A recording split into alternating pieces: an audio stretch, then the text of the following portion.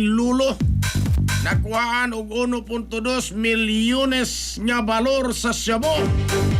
sa dakbayan sa Naga mga katropa. XFM Police Report. Police Report.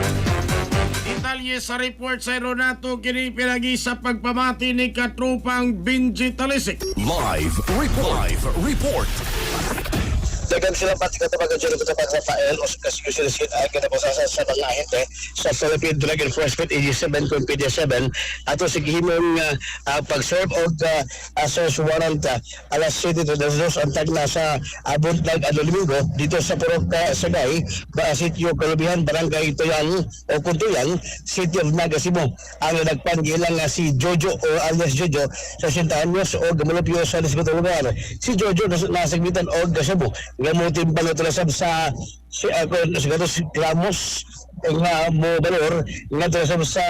131,000 pesos kinsubay sa standard of price matod ni Leal Catarati baba sa PD7 nga duha ka hugna sa pag-serve sa search warrant ang ilang gipahigawan una nini sa gihimong anti-illegal drug operation sa PD7 dito na nag-serve una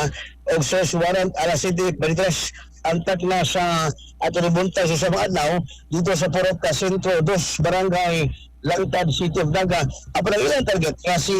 ang narasan na si alias Magmag nakasibat o napadyabot ang mga ahente sa PD7 answers warrant gisob noon o gihapon sa pinamahin ni Magmag nga gisaksihan so yung mga kabanay nga resulta sa pagkasagmit sa Cebu nga motiba na drasab sa 800 gramos o babalor nga drasab sa 544,000 pesos kinisubay sa standard drug price duga na siluran nga gihatag ni Alcantara nga kininwa nga ilang target sa drug bust so sa mara og kanang tinubdan sa lang gikuwag Cebu gingon makahurot ang kinuha og 50 gramos ngadto sa 200 gramos matag semana ang duha gibalitan na kini sulod sa tulo ka semana o nag-applyan og search warrant ang duha magatubang og kaso kalabasan sa Republic Act 1065 o kalabasan sa Dangerous Drug Act of 2002. Sa pikas bahay ko naman Jerry, akong i-breaking news ko naman Jerry. Pala ko ito marap ko ito akong decide nga akadig doon itong picture sa soto. Doha ang kritika ko naman Jerry sa pagpangabis o kaning buwang. Dito na jabo sa mga barangay tulo sa aking lungsod sa Malabuyok karog buntag lang gikan naman Jerry alas 2 ang tag nasa aking kadlawon nahitabo din pagpangabis o gagawin ang buwang sa duwag mga biktima ng gila nga sila si kanyan ang duha ka mga biktima gila si Manolito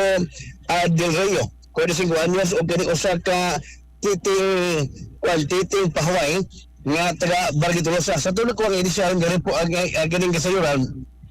dito sa kinimon na issue ni Manolito nga surok siya mato po niya nga kinin doon na nisko dito sa galing nisko nyo pa naman kaya ko sa okaso ka naman Jerry dihang ipang-abis din doon una nini ang kinimon suspect o kining mga biktima ang ingon nga doon na bangidaan dito pala sa buwangan kaya na kaya posible na din hangtod nga iabot sa ikaw nga na-miss ko ni galing biktima suspect o dito na ikaw na suspect nga iyang buhato ng krimen mo ito abis ano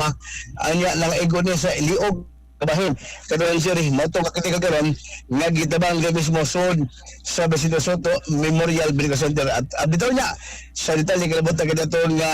nakuha nga eksklusibo nga report kalabot sa mga abis sa duha ka mga lalaki. Dito sa gawas, mga balitang hipos, eksklusibo sa XFM Cebu Katapay magkalimot yapon sa pagkapas gano'n sa Santone Herbal Oil makatagalita bang labi na sa katong doon ay mga pamaol sa kalawasan.